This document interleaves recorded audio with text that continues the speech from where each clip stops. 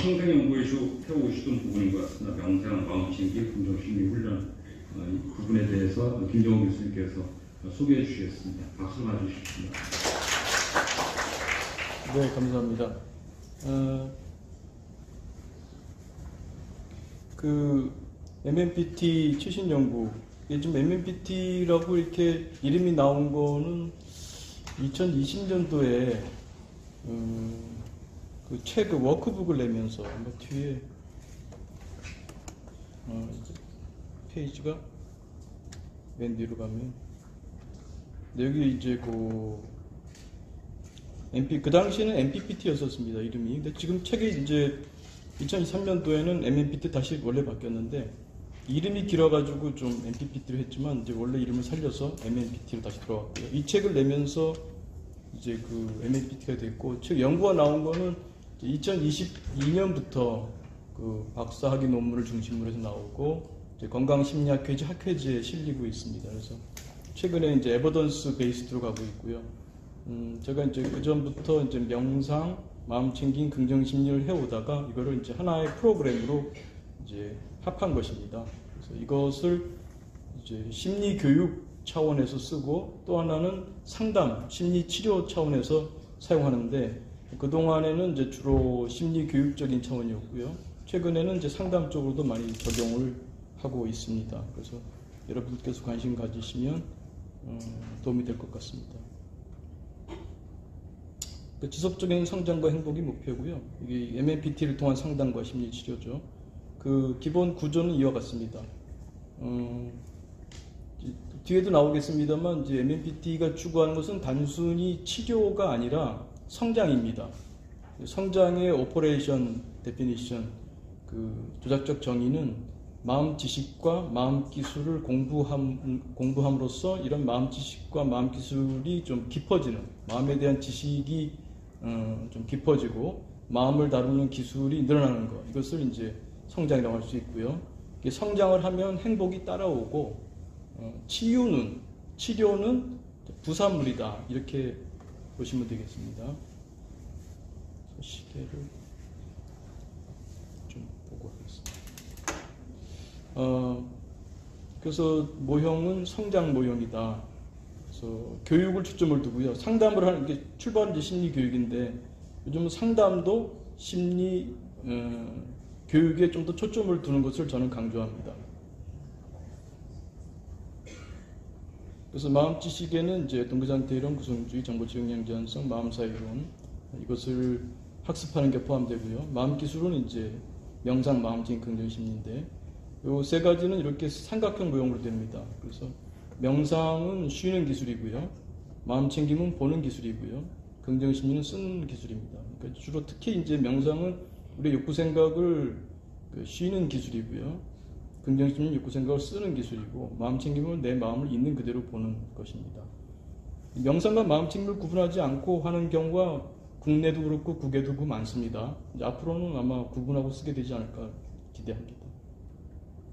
그래서 목적은 지혜를 기르고 마음 공부를 통해서 성장과 행복의 삶을 사는 거고요.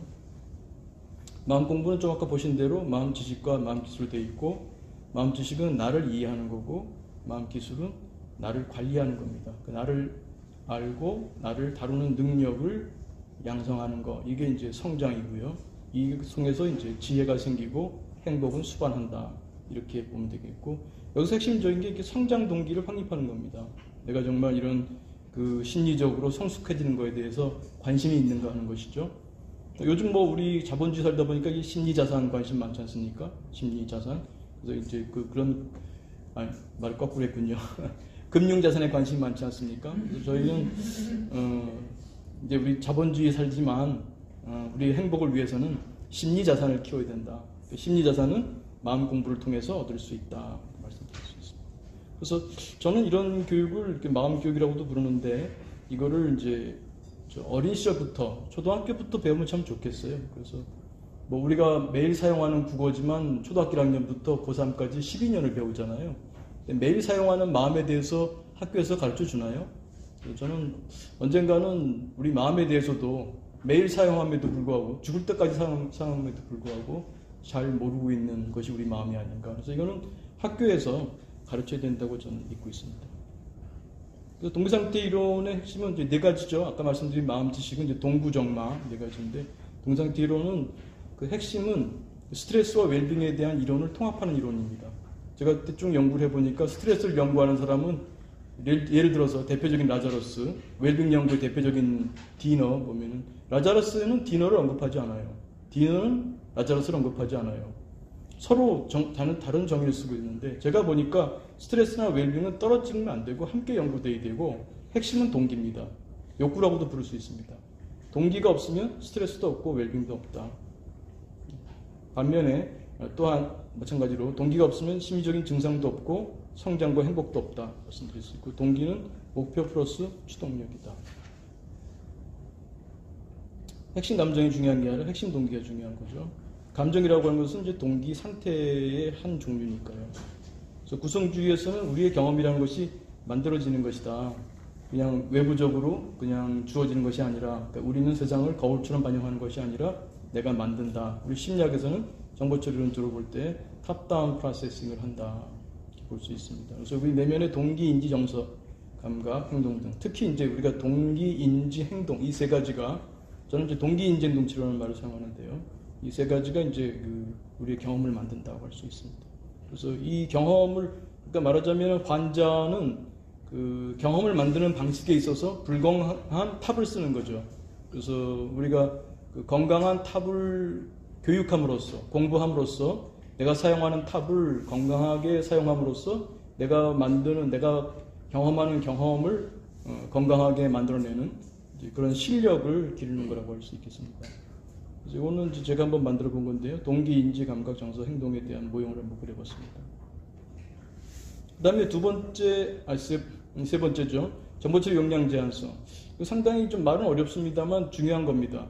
우리가 그 삶에서 여러 가지 고통을 경험한 것 대부분의 이유 중에 하나는 정보처리 역량 제한성입니다. 우리의 정보처리한 역량이 제한되어 있기 때문에 공정한 정보처리를 못하고 우울에 빠지면 우울만 생각하게 되고, 불안에 빠지면 불안만 생각하는 그 기분 일치성 효과의 영향으로 인해서 많은 경우에 정보처리 역량 제한성으로 우리가 피해자 생활을 하는데, 이거를 잘 이해하고 오히려 거꾸로 이용하게 되면 정보처리 역량이 제한되어 있기 때문에 뒤에 다루는 이제 쉼봄슨, 그 명상, 마음, 증기, 긍정 심리 기술이죠. 쉽게 말하면 쉼봄슨, resting, observing, using 이렇게 표현할 수도 있겠죠. ROU. 그래서 이제 이거를 배움으로써 이제 이거를 오히려 거꾸로 이용해서 우리의 건강을, 웰빙을 추구할 수 있게 된다고 할 수 있겠습니다. 이것이 이제 그 정보처리 역량 제한성을 이용하는 건데요. 예를 들어서 이제 그 많은 환자들이 갖고 있는 문제의 원인은 그 생각병이라고 할 수 있거든요. 그 부정적인 생각을 놓치지 않고 계속해서 반출하고 그러죠. 루모네이트 하는 건데, 근데 그 생각을 끌 수가 없잖아요. 잘 아시다시피 지금부터 한 30초만 하얀 북극곰을 생각하지 말아주세요 하면 대부분 실패하잖아요. 그게 이제 생각을 안 하려고 하면 더 떠오르는데, 반면에 그 정보처리 역량이 작기 때문에, 제한되어 있기 때문에 그걸 거꾸로 이용하게 되면은 그 감각을 들여옴으로써 욕구 생각을 쉴 수가 있어요. 그래서 이게 그 명상의 기제이기도 합니다. 우리가 생각을 안 하려고 하면 실패하는데, 생각은 안 하려는 게 하는 것이 아니라 마음을 열어서 감각이 들어오게 허용하는 겁니다. 물론 훈련이 필요하죠. 그게 이제 명상 훈련입니다. 그게 좀 심리학적으로 표현하면은 bear attention 훈련이죠. 그러니까 이제 이 수행이라고 하는 것은, 이 훈련은 말하자면은 attention 트레이닝인데, 명상은 bear attention이라고 하는 거. 우리는 늘 탑다운과 바텀업을 함께하는, 탑다운이 중요한 일반적인 처리인데 이 탑다운을 멈추는 기술을 양성하는 게 명상 훈련이거든요. 명상 수행이거든요. 그래서 여기서 그 감각을 들여오는, 이걸 통해서 욕구 생각을 내려보내는, 그래서 정보처리 역량 제한성을 통해서 오히려 정보처리 역량 제한성이 원죄와 같은 역할을 하는데, 우리를 고통에 빠지게 하는데, 거꾸로 이것이 복음과도 같은 영향을 준 그 기제가 있습니다. 그래서 이게 그 명상 훈련을 통해서 감각과 친해짐으로써 지금 여기에 깨어있게 되고 욕구 생각을 쉴 수 있는 기술을 양성하게 되는 겁니다. 이것이 또 치료의 메커니즘으로 쓰게 되는 것이죠. 그래서 요즘은 이제 상담이나 심리치료에 명상을 도입하는 것이 자연스러워졌다. 요거는 이제 쉼봄씀에서 씀이죠. 긍정심리의 수행법인데, 긍정심리에서는 이제 그 생각을 쉬기보다는 생각을 생각으로 다스립니다. 그래서 우리말로 하게 되면은 EJ, 이열치열, 그 오랑캐로서 오랑캐를 다스리고 열로서 열을 다스리는 거, 생각을 생각으로 다스립니다. 예를 들면 감사라든지 자비수행이나 감사수행의 경우에는 이제 그 건강한 욕구 생각을 훈련함으로써 그 불건강한 욕구 생각을 내려놓게 되는 겁니다. 이 뒤에 그림 보여드리겠습니다만, 불건강한 생각이나 욕구를 없애려고 하면 실패합니다. 그걸 내려놓게 하려고 하면 더욱더 치성하게 됩니다. 그게 아니라 건강한 욕구 생각을 그냥 슬쩍 불러오면 되는 것입니다. 이것은 이제 긍정심리의 쓴다 기술입니다. 네 번째, 마음사이론. 이것도 중요한데요. 마음은 사회다. 사회라고 하는 것은 구성원이 둘 이상이죠. 마음에 누가 사나요? 내가 삽니다. 그러니까 마음사이론의 핵심은 나는 단수가 아니라 복수다. 내 안에 여러 나들이 산다. 이게 핵심입니다. 앞에서 발표 들으니까 성격에 대한 장애 얘기도 나오고 그러는데, 저는 성격이라는 말을 그렇게 좋아하지 않는 심리학자 중에 한 명입니다. 성격이라는 말을 씀으로써 인간을 고착화시킨다. 물론 MBTI라든지 뭐 이런 성격 장애 진단할 수 있습니다. 할 수 있는데, 그렇게 하게 되면은 사람을 고착화시키게 돼요.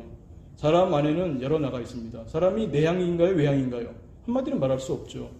맥락에 따라서 내향을 많이 쓰는 사람도 있고 외향을 많이 쓰는 사람도 있고, 내향이라 그래도 어떤 맥락에서는 외향을 많이 씁니다. 친한 친구들하고는 굉장히 또 즐겁게 담소 나누잖아요.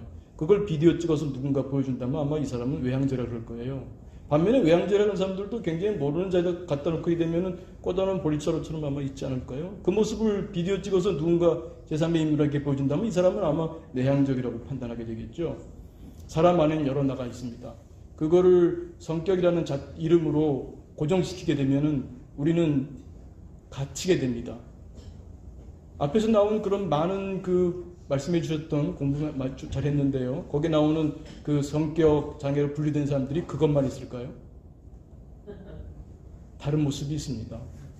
근데 그 사람을 그렇게 네이밍을 하게 되면은 의사도 또 상담자도 그렇게 볼 게 못 봐요. 또 환자 자신도 자신을 그렇게 봐. 그게 변화하기 어려워요. 마음사 이론은 인간을 자유롭게 만들어줍니다. 인간은 극단적으로 표현하면 다중인격 맞아요. 왜 인간에게 일관성이 중요하냐면 우리가 다중인격이기 때문에 그래요. 우리가 다중성격이기 때문에 성격이라는 말을 쓰자면 일관성이 필요한 겁니다. 그렇지 않다면 일관성이 왜 필요하겠습니까? 그래서 우리 내면의 다양한 것을 인정하게 되면요, 짧은 시간에 다 말씀드릴 수 없습니다만 자유를 획득하게 됩니다. 무엇보다도 많은 사람들이 수용 못해서 겪게 되는 자기 자신과의 싸움에서 불필요한 싸움에서 벗어납니다. 나의 부족한 점 n분의 1입니다. 어렵지 않아요. n분의 1이구나. 전부가 아니었구나. 받아들이기 쉽습니다. 근데 중요한 거는 마음 사회는 나만이 나가 아니라 나만 마음 사회가 아니라 너도 마음 사회입니다. 대인 관계가 굉장히 좋아집니다. 배우자의 관계에서도 남편의 마음 안에 나를 미워하는 나가 있다는 걸 인정해 주십시오. 내 안에 남편을, 내 안에 아내를 미워하는 나가 있다는 것을 인정해 주십시오. 부부싸움을 사람 살면 다 하게 돼 있는데 그거 오래 가지 않습니다. 근데 어떤 분들은 그걸 굉장히 오래 끌고 가요. 그런 분들은 아마 대부분이 성격을 믿는 분들일 거예요. 어떤 사람을 고정되게 보려고 하는 시각이죠. 그런 관점, 무섭습니다. 그래서 우리가 이런 마음 공부를 통해서 정말 열린 관점을 가지고 공부하는 게 필요하고, 제가 그래서 어린 시절부터 이걸 배워야 한다는 걸 강조하고 있습니다. 말씀 자세히 안 드렸습니다만 두 번째 마음사이론의 핵심은 그 나들은 정해져 있지 않답니다. 제가 성격이라는 말을 좋아하지 않는 심리학자 중에 한 명이라고 말씀드렸죠. 성격이라는 말을 쓰게 되면 우리는 자꾸 고착하게 돼요. 상대방도 그 성격으로 너 ENTP다 이렇게 보면은 그 사람 거기서 못 벗어나요. 나를 또 INTJ다 그렇게 또 정의 내리게 되면 못 벗어납니다. 자기를 자꾸 그렇게 봐요. 어떤 심지어는 혈액형 믿는 사람도 심리학자들이 연구해 보게 되면요, 안 맞아요. 안 맞는데 한 가지 상관 나온 게 있어요. 믿는 사람한테는 약간 상관이 나왔어요. 어떤 학생의 경우에는 그런 학생이 있어요. 팀 발표 시켰는데 나 지금 자료는 준비하겠는데 발표 네가 해. 나 A형이잖아. 그 A형이 못 줬다고요. 소극적이라서 자신을 만들어가는 것이죠. 마음사이론의 두 번째 핵심은 나들은 정해져 있지 않답니다. 그렇지 않다면 왜 심리치료가 있겠습니까? 변화할 수 있으니까 심리치료를 한 거잖아요. 인간은 변화할 수 있습니다. 물론 유전적으로 갖고 태어난 거 있습니다. 그런데 핵심은 뭐죠? 변화할 수 있는 부분에 초점을 둬야죠. 그래서 지금 시간이 많이 가고 있군요. 그래서 저는 기본적으로 이제 우리가 경험하는 총 스트레스, 총 고통은 1차 스트레스 더하기 2차 스트레스다. 2차 스트레스는 2차 스트레스 곱하기 저항인데, 저항의 반대말은 수용이고, 저항의 대표적인 예는 반추다. 이 반추를 다스리는 게 명상이라고 말씀드렸죠. 그래서 이제 우리가 명상을 배워야 되고요. 그리고 또 특히 이제 그 환자 역할을 하는 분들의 특징 중에 하나는 낮은 고통 감내력입니다. 이건 특히 그 마음 챙김을 통해서 우리가 고통 감내력을 높이는 훈련을 할 수가 있습니다. 그래서 마음 챙김과 명상이 심리 치료와 명상에 들어올 수밖에 없는 것입니다. 물론 낮은 고통 감내력은 뭐 긍정 심리에 쓴다 방법으로도 가능합니다. 제가 자주 보여드리는 건데요. 제가 제자한테도 강조하고 그러지만 그 환자의 자꾸 과거를 캐지 마라. 과거를 캐도 좋은데 과거를 캐려면 공정하게 캐라. 왜 어려운 것만 캐냐? 왜 힘들었던 것만 물어보냐? 그 환자가 그러면 과거를 굳이 캐려면, 저는 과거 캐는 걸 강조하지 않습니다만, 굳이 캐려면 그 환자가 잘했을 때, 즐거웠을 때 그것을 왜 안 물어보냐? 우리 인간 마음에 아까 말씀드린 대로 다양한 나들이 있습니다. 그걸 기억이라 해도 좋아요. 트라우마 기억도 있고 즐거운 기억도 있습니다. 혹은 건강한 나도 있고 불건강한 나도 있어요. 불건강한 나하고 씨름하게 되면 아까 뭐라 그랬죠? 정보처리 용량 제한성 때문에 이 건강한 나들에 투자를 할 수 없어요. 우리는 이 정신자원을 쓸 수밖에 없는데 정신자원이 제한되어 있다고요. 근데 불건강한 마음에 자기도 모르는 사이에 투자를 하게 되면 이렇게 됩니다. 건강한 마음은 더 위축되고 불건강한 마음만 커지게 됩니다. 그래서 잘못하게 되면 심리상담 받다가 불건강한 마음이 더 커져요. 과거에 자기 자신의 그 기억을 더, 저는 강조하는 게 과거는 정해져 있는 게 아닙니다. 과거는 늘 새롭게 구성되는 거예요. 앞에 구성지 말씀드렸죠? 지금의 경험뿐만 아니라 과거를 지금 다시 떠올릴 때 그거를 어떤 관점으로 보냐에 따라서 과거는 늘 새롭게 써지는 겁니다. 그래서 상담이나 심리치료한다고 그 사람의 그 과거를 부정적인 걸로 더욱더 그 강하게 옥죄이는 역할을 하지 마라. 불건강한 마음에 투자하지 말고 건강한 마음에 투자하라. 그 사람에게 과거에 트라우마 있어. 오케이. 그래도 그것이 내 건강한 마음이 확대되게 되면 그 불건강한 마음이 내 마음에서 작용하는 역할은 한없이 작아질 수밖에 없다. 그 중요한 것은 이제 그런 건강한 마음의 기제를 알고, 동구정마, 동구상태이론, 내 욕구가 없으면 고통이 없고 증상이 없구나. 내가 만드는 것이구나, 구성주의. 정보적 용량 제한성의 피해자가 되지 말자. 마음은 사회구나. 내 마음도 사회고 너의 마음도 사회구나. 근데 그 나들은 정해져 있는 게 아니구나. 공부하면 내가 성장하면서 지혜로워지고 행복하겠구나. 이게 이제 그래서 그 쉼봄스의 명상 기술, 마음 챙김 기술, 긍정심리 기술을 배워야 되는 거고요. 그래서 넘어가겠습니다. 이런 자세한 것에 관심 있는 분들은 아까 말씀드린 그 MMPT 매뉴얼 나온 게 있으니까요. 워크북 2023년에 다시 또 제목 바꿔 나왔습니다만 봐주시면 되겠고요. 이거 아마 제가 원고를 제가 좀 늘렸기 때문에 아마 그 여기 계신 분은 모르겠습니다만 그 줌으로 보시는 분들한테 그 채팅창에 올려드렸습니다. 다운 받으실 수 있습니다. 여기 오신 분들은 못 봤나요? 나중에 한번 줌으로 오신 분들한테 제가 보내드렸습니다. 여기 이제 최신 연구 말씀드리려면 이제 기본적으로는 8회기입니다. 그래서 이제 감각과 친해지고 마음 지식에 대한 기본 기술 관리드리고, 두 번째는 이제 명상 2 몸과 친해지기, 그 다음에 3회기 때는 명상을 하면서 마음 챙김하는 훈련, 마음 챙김 명상 훈련하고요. 네 번째는 일상의 마음 챙김. 이때 이제 스트레스 마음 챙김, 웰빙 마음 챙김, 정서 마음 챙김을 학습하게 됩니다. 5회기 가게 되면 이제 긍정심리에 쓴다고 하게 됩니다. 웰빙 행동, 이때 이제 웰빙 동기도 다루게 되고요. 그 다음에 웰빙 인지 다루고, 끝으로 이제 그 감사와 자비의 수행을 하고, 마지막에 종합합니다.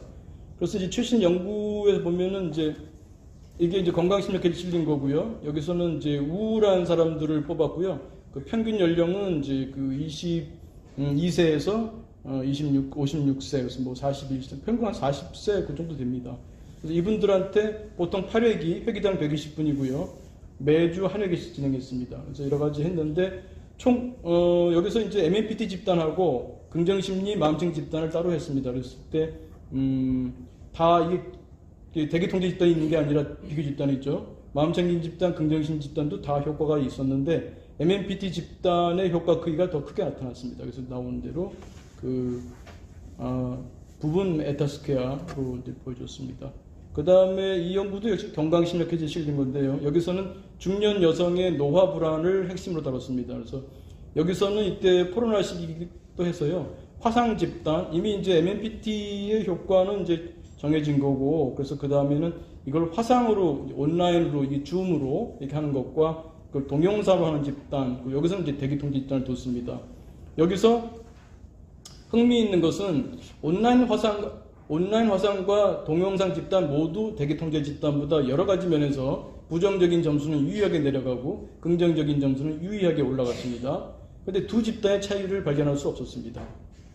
여러 가지 이유가 있겠지만 온라인 동영상 집단의 경우에는 평균 1.5회, 3회, 5회, 그러니까 한 번만 본 게 아니라 때로는 두 번을 보기도 하고 자기가 잘 익숙하지 않은 부분을 또 볼 수가 있었기 때문에 동영상 집단도 장점이 있구나. 요즘 디지털 세라피라고 하는데 이렇게 만나서 교육하게 되면 그때 끝날 수 있지만 이 동영상으로 하게 되면 또 볼 수가 있어서 학습에 더 도움이 될 수 있나? 그렇다면 이게 만나서 하는 것보다 요즘 말하는 디지털 세라피로 도움이 되겠다. 그래서 MMPT를 디지털화해서 하면 좋겠다. 지금 박사 논문 준비한 학생 중에 한 사람은 앱으로 지금 거의 앱이 다 완성된 것 같은데 아마 논문 들어갈 것 같습니다.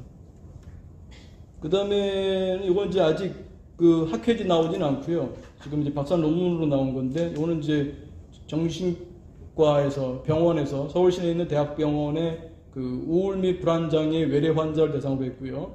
여기서 33명, 30명 해가지고 MMPT 집단과 TAU 집단, 트리트먼트 에즈 유저리죠. 정신과 의사 만나고 약물 복용하고 정신과 주치의와 면담하는 그런 트리트먼트 에즈 유저얼과 MMPT 집단을 했을 때 MMPT 집단이 TAU 집단보다 유의한 개선 효과를 보였습니다. 그리고 이제 최유미 이 논문에서도 이제 박사 논문인데요. 스마트폰 과의존 학생들을 대상으로 했습니다. 여기서도 이제 사후 측정 그리고 또 추후 측정에서도 유의하게 긍정적인 효과를 발견할 수 있었습니다. 그리고 이제 장경숙 올해 나온 이 논문은 심리 상담을 하는 상담자를 대상으로 했는데요. 소진을 보이는 상담자들을 대상으로 했습니다. 그래서 실험 집단 MMPT고요. 또 비교 집단을 뒀습니다. 비교 집단은 여러분 잘 아시는 MBSR 집단을 했습니다. 그래서 MMPT 집단, MBSR 집단, 대기통제 집단 했습니다. 물론 MMPT, MBSR도 훌륭한 프로그램이죠. 두 집단 모두 다 이렇게 좋은 측정을 보였는데 특히 금정심리자본과 자기자비, 소진회복, 전념하는 삶에서는 MMPT 집단이 효과가 더 큰 거로 나왔고요. 또 삶의 태도 변화와 직장에서의 관여 증가라는 소진회복에 있어서는 MMPT만이 유의한 차이를 보였습니다.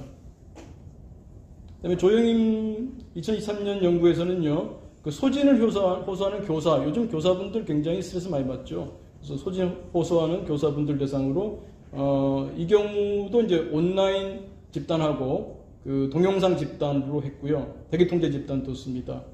여기서도 보면은 실시간 온라인 집단이 감사 성향을 제외하고는 모두 사후검사에서 대기통제보다 좋았고요. 녹화된 동영상 집단의 경우에는 사후검사에서 삶의 만족과 자기자비에서 유의한 효과를 보였습니다. 여기서는 실시간 온라인 집단이 녹화된 동영상 집단보다 전체적으로는 더 좋은 효과를 보였다고 할 수 있겠습니다. 요거는 이제 석사 논문이지만 초등학생을 대상으로 했기 때문에 소개를 한번 해봤습니다. 그래서 이거 서울시에 있는 4학년에서 6학년에 해당하는 우울 성향 초등학생을 했고요. MMPT 집단과 대기통제 집단으로 심플하게 디자인을 짰습니다. 여기서는 초등학생의 상황을 감안해서 회기당 120분이 아니라 회기당 40분을 했고요. 매주마다 한 회기가 아니라 한 주에 2회기, 그래서 8주가 아니라 4주에 8회기를 진행했습니다. 여기서 이런 실험 집단이 우울 부정 정서에서 사후검사와 추후검사 모두 유의한 감소를 보였습니다. 또 실험 집단은 학교 행복감 중에서 교사관계와 심리적 안정에서 추후검사에서 유의한 증가를 보였고요. 또 긍정정서와 삶의 만족에서 사후검사에서 유의한 증가를 보였습니다. 여기까지가 이제 소개해드릴 수 있는 거고, 지금도 현재 그 논문이 진행된 것이 몇 편이 있고요. 아까 말씀드린 대로 앱으로 지금 논문을 이제 준비하는 것도 있고요. 뭐 참고 자료 보여드렸고, 그리고 혹시 더 관심 있는 분이면 제가 한 이 강의 내용 비슷한 것이 여기 지금 제가 조그마한 유튜브를 하나 하고 있습니다. 그래서 MMPT 마음 공부라고 있는데요. 여기 가시면은 조금 더 한 1시간 혹은 2시간짜리 강의도 있으니까요. 관심 있는 분들은 참여해 주시고요. 이렇게 좀 학교에서 발표할 때 제가 저의 즐거움 중에 하나는 이렇게 발표 끝나면 저희 구독자가 좀 늘어난다는 사실입니다. 감사합니다. 네, 김정호 선생님께서 평생의 작업, 치료 프로그램 또는 교육 프로그램, 마음 공부하는 프로그램을 발표해 주셨습니다. 혹시 질문 있으신 분 있으면 예. 저는 이제 이런 일이 시작이 아니라고 해서 이 명상 이런 걸 하겠다고 마음을 먹는 순간 굉장히 많이 도움을 받을 거라고 생각하는데, 아까 얘기한 것처럼 부정적인 과거, 네. 그 다음에 그게 이제 반복적 사고와 직접적 사고가 약간 병리적이지 않습니까? 네. 근데 이제 그런 것들 자체 때문에 여기에 아예 시작을 못하는 사람들이 많은 것 같아요. 네. 그래서 이걸 내가 마음 수양을 하겠다고 이제 마음을 먹는 순간 어떤 모달리티를 통해서 꼭 이런 모달리티가 아니더라도 그 행복을 찾아가는 행위가 되는데, 그 반복적인 사고하고 직접적 사고로 인해서 과거를 부정적으로하면서 거기서부터 거기까지 이끄는 거와 관련된 어떤 팁을 조금 그러니까 반복적 사고를 끊어버리는 그런 팁을 저희 가기 전에. 네, 알겠습니다. 간단히 하나만 말씀드릴게요. 일단은 주신 대로 찾아오지 않는 환자를 치료하는 것은 굉장히 어렵습니다. 일단 찾아오면 절반은 성공하는 것이니까요. 그 중에도 꼭 과거를 다루려고 하지 말고 기술을 가르쳐줘라, 기술을. 첫 번째, 제가 이제 8회기 중에 첫 번째가 명상인데요. 명상에서 쉬는 기술을 배웁니다. 제가 강조하는 것은 호흡 명상보다도 호흡 명상은 둘째 회기에 배웠고, 첫 번째 회기에서 배우는 것은 감각 명상인데요. 그 중에서도 이제 행위 명상을 강조합니다. 이 닦을 때 이만 닦아라. 너 이 닦을 때 좀 이만 닦니? 그러니까 우리 보통 사람들도 이 닦으면 다른 생각 많이 해요. 샤워하면서 설거지하면 다른 생각합니다. 근데 그 생각이 그렇게 나쁘지만은 않은 것들인데, 우울한 사람, 불안한 사람, 강박적인 사람들이라면 돌아가는 생각들이 주로 그 마음을 옥죄이는, 마음의 병리작용을 증폭시키고 지속시키는 방향의 내용을 반추한다는 거죠. 근데 아까 말씀드린 것처럼 안 하려고 하면 더 떠오르잖아요. 그러니까 훈련이 필요한 건데, 이 닦을 때 이만 닦자. 이만 닦는다는 게 뭐냐? 이 닦을 때 경험할 수 있는 게 뭐니? 닦는 거요? 치약 마시겠죠? 또 뭐가 있니? 치약 냄새요? 또 뭐가 있니? 칫솔이 이에 닿는 거 느낌이죠? 또 뭐가 있니? 글쎄 몰라요.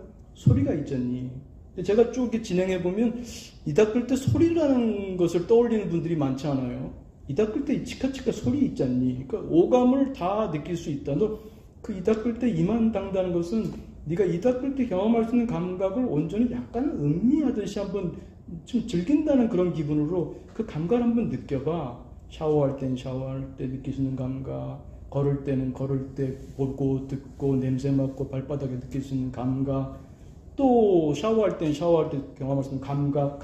매일매일 우리 따로 다리 틀고 앉아서 호흡 명상하지 않더라도 우리는 늘 이런 행위를 한다. 그리고 이런 행위 시간이 뭐냐면 우리의 증상을 증폭하고 지속시키는 그런 시간이란 말이에요. 그 시간은 오히려 거꾸로 내가 마음을 쉬는 기술을 닦는 시간으로 하자. 그래서 이 닦을 땐 이만 닦고, 설거지할 땐 설거지만 하고, 걸을 때는 걷기만 하는 기술을 이제 훈련을 할 수 있도록 해주고, 그 다음 주에 또 이제 그걸 피드백 해주고, 이제 그런 유튜브 그런 채널을 통해서 자꾸 이렇게 명상하는 것을 기술을 좀 배울 수 있도록 해주고 있죠.